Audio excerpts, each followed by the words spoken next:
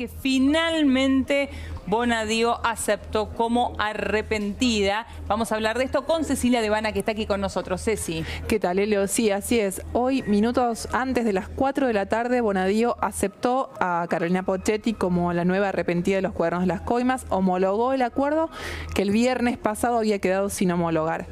¿Qué pasó? El jueves ella declaró durante 3 horas frente a los fiscales Carlos Rivolo y Carlos Stornelli, después de haber cambiado de abogado, de tener un nuevo defensor, un defensor oficial. Llegó al acuerdo con ellos en 3 horas, cosa que llamó la atención porque fue un acuerdo muy breve, digamos. Y al día siguiente se encontró con Bonadío, estuvo toda la tarde, parte de la mañana y gran parte de la tarde declarando frente a él. Y Bonadío le dijo: por hoy no homologamos. Vaya a pensar nuevamente. Volvió al penal de Ezeiza. Volvió al penal de Ezeiza, donde está detenida desde el 20 de octubre. Y bueno, hoy fue nuevamente, pasado el mediodía, a la 1 más o menos, llegó a la oficina de Bonadío en el 4º piso de Comodoro Pi.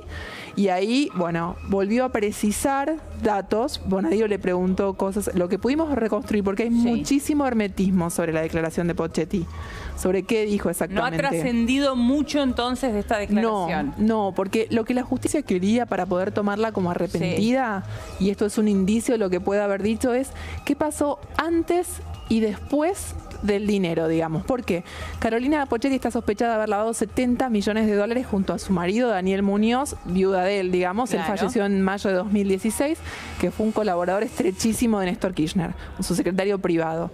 Se sabe que Muñoz manejó los bolsos de dinero que se mencionan en los cuadernos de Oscar Centeno. En cada una de las menciones de los cuadernos de Oscar Centeno, quien recibía los bolsos en el domicilio de aquí de la ciudad de Buenos Aires de Néstor y Cristina Kirchner era Daniel Muñoz. Exactamente. De hecho, no hay dudas. Si Daniel Muñoz viviera, estaría preso. No hay otra vuelta, no hay ninguna duda. Claro. O sea, lo ubican recibiendo los bolsos en Recoleta, en el domicilio de los expresidentes, en el traslado de los bolsos, digamos, estaba muy comprometido. Así es. Entonces, después lo que se empezó a investigar es por lavado de dinero. Ellos aparecieron en los Panama Papers en 2016, se los empezó a investigar por lavado de dinero en una causa aparte, digamos, de los cuadernos, que luego se acumuló este año, ¿no? Pero bueno, ahí hay 70 millones, lavaron, vendieron y compraron propiedades en Nueva York, en Miami, hay cuentas en paraísos fiscales, como en lugares como Andorra, por ejemplo, digamos, para graficarnos la fortuna que ellos tenían un piso en el Hotel Plaza de 13 millones de dólares. Increíble. Increíble. Estamos hablando de Nueva York y también en Miami, ¿no? En Miami, sí, hasta un centro comercial tenían. O sea, en todo este entramado hubo varios testaferros que fueron detenidos en la misma fecha que Pocchetti. Claro. Entre ellos, bueno, 3 personas que ya se arrepintieron, ¿no? Y que habían complicado. ¿Por qué? Porque Pocchetti lo primero que le dijo a Bonadío es, envuelta en llanto total, le dijo: usted va a creer que yo soy una estúpida, yo no sabía nada, mi marido me tuvo al margen y me dijo que no me metiera en nada que tuviera que ver con la política.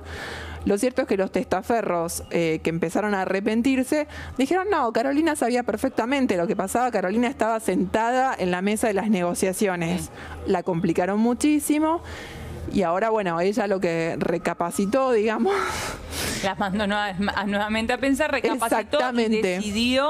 En aquel momento cambió de abogado. Claro, y es un detalle. Vamos a hablar en un ratito también, exactamente, ¿no? Exactamente, ella tenía a Plo como abogado.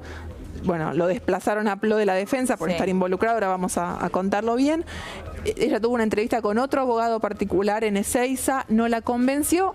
Y esta semana pasada tuvo contacto con el defensor oficial. Ahí es donde ella empieza a barajar la posibilidad de convertirse en arrepentida, que es lo que empieza a concretarse el jueves y termina de concretarse hoy con la homologación. Bien. Así que lo que los investigadores querían saber era cómo empezó el origen del dinero y a dónde siguió, porque sabemos que hay 70 millones de dólares involucrados en las maniobras, que fueron incluso, hubo informes de la Unidad de Información Financiera que ubica parte, digamos, de menciona este movimiento de dinero, pero que no se saben hoy dónde están. La sospecha es que están atomizados, digamos, que no es que están los 70 millones en un solo lugar. Claro. Claro, exacto, que en muchos lugares. Porque gran parte de esas propiedades que hemos mencionado en estos días, tanto en Miami como en Nueva York, algunas de ellas las vendieron. Sí, las fueron vendiendo. La gran pregunta es dónde está esa plata, ¿no? Exactamente. ¿Dónde está y a quién pertenece en realidad también? ¿Por qué? Porque, bueno, se sabe por testimonios que Muñoz mexicaneaba a Néstor Kirchner, digamos. digamos, que hacía unas valijas iguales a las que Néstor Kirchner disponía supuestamente para tener el dinero y las hacía ser un poco más chicas y que con eso se quedaba con una tajada.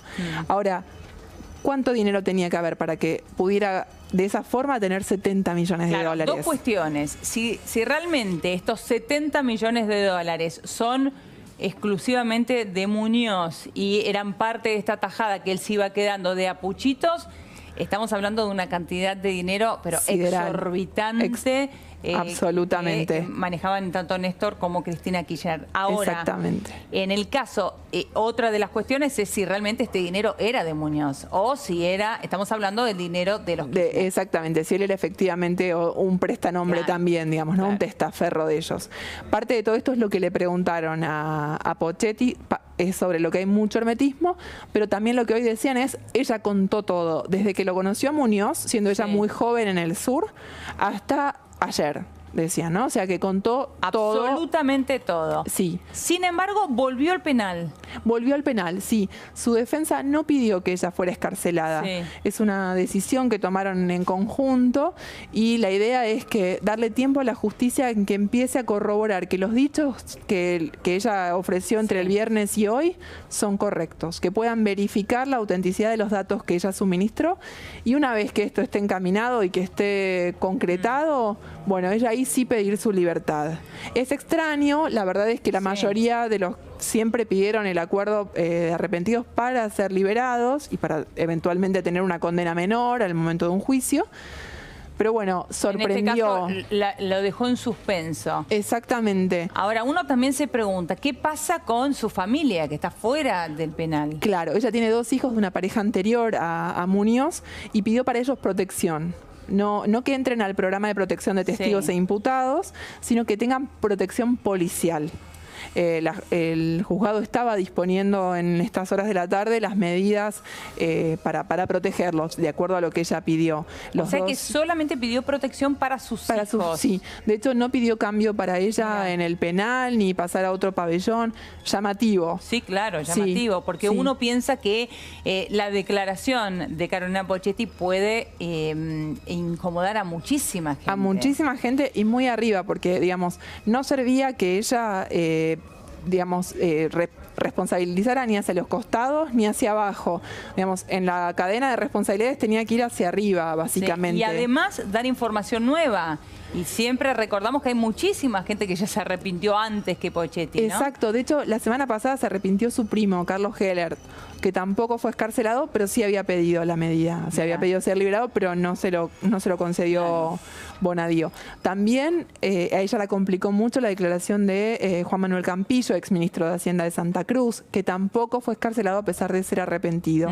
Y ya de hecho hay un recurso de su defensa en la Cámara para de revertir esta situación, porque consideran que aportó mucho y que de su declaración, por ejemplo, se pudo concretar la detención de Isidro Bounine, otro exsecretario de Cristina Kirchner en ese caso. Ahora, hablábamos recién de su abogado anterior, hablamos de Plo, ahora Carolina Pochetti tiene a un abogado oficial, pero Plo también estaba mencionado y fue detenido. Sí, exacto. Elio fue detenido esta mañana en su casa en la calle Juncal al 1900 y también fue detenido su yerno, Federico Supisic. También involucrado. Tanto Plo como su yerno y su hija María Jesús habían declarado en diciembre por orden de Bonadío. Stornelli había pedido la detención de ellos 3 por entender que también habían formado parte de las maniobras en torno a las propiedades que están sospechadas de haber sido usadas para entrar al circuito lícito, dinero de origen ilícito. Claro.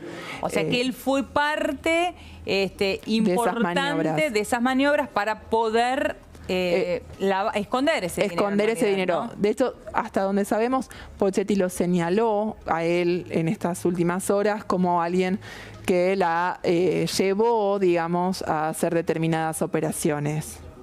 Bueno, pero hasta hace muy poquito era su abogado. Sí, absolutamente. Si no era porque la justicia lo imputaba, Claro. probablemente lo hubiera seguido siendo. Claro. Y en ese caso es difícil imaginar que Pochetti se hubiera arrepentido. Ahora, lo que es llamativo es que cuando uno va hablando de cada uno de estos secretarios o personas allegadas al núcleo duro y chiquito, de tanto de Néstor como de Cristina, están involucrados ellos y sus familiares. Sí, exacto. Todo queda en familia. Todo queda en familia, sí, así es. De hecho, también vemos, por ejemplo, en Isidro Bounine, que era el hijo de la niñera de Florencia Kirchner. Mirá. Sí, todo Maquena, que fue como la niñera histórica de Florencia Kirchner. Mira, era el hijo de la niñera Sí. de Florencia Kirchner. Estamos hablando de Isidro Bounine, quien era el secretario de Cristina Kirchner, un secretario muy cercano. Muy cercano y que lo apartan un poco cuando es investigado por presunto enriquecimiento ilícito. En 2011, después de un determinado peritaje al que accedió Bonadío, que fue precisamente el juez que lo investigó, lo sobreselló en ese momento. Entendió que no había cometido delito, pero realmente su patrimonio se había ampliado llamativamente. Muchísimas gracias, Ceci.